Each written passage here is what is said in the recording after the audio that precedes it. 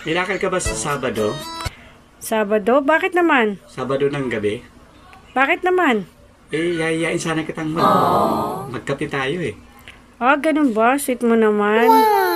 Kaya lang, parang hindi pwede. Sige na. Teka lang, wait lang Sa linggo na lang. Ay. What? Di pwede. Bakit naman? Kasi bukas linggo linggo ng umaga ang libing eh. Ha? Oo. Ano ba yan?